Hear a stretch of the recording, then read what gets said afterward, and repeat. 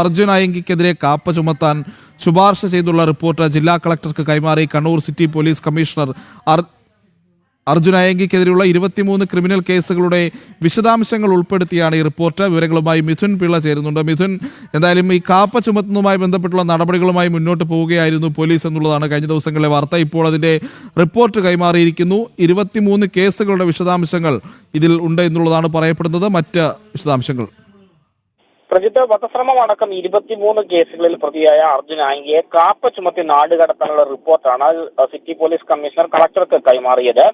Police ശുപാർശ ചെയ്താലും കുറ്റവാളിയെ സംബന്ധിച്ച എല്ലാ വിവരങ്ങളും പരിശോധിച്ച് ബോധ്യപ്പെട്ടാലേ കളക്ടർ കാപ്പ ചുമത്താനുള്ള ഉത്തരവ് പുറപ്പെടുവിക്കുള്ളൂ. റിപ്പോർട്ട് കളക്ടർ പരിശോധിച്ചു വരികയാണ്. അർജുനെതിരെ സംസ്ഥാനത്തെ വിവിധ പോലീസ് സ്റ്റേഷനുകളായ 23 കേസുകളുണ്ട്.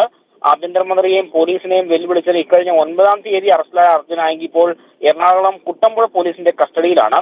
കുറ്റവാളിയുടെ മുൻകാല ക്രിമിനൽ പശ്ചാത്തലം, കുറ്റകൃത്യം ഏതു തരത്തിലാണുള്ളത്, എത്ര കേസുകളിൽ പ്രതിയാണ്, ലഭിക്കാവുന്ന ശിക്ഷയുടെ കാഠിന്യം തുടങ്ങിയവയൊക്കെ പരിശോധിച്ച ശേഷമാണ് കാപ്പ ചുമത്തുന്ന നടപടി പൂർത്തിയാക്കുകയുള്ളൂ. പ്രജിത്ത്.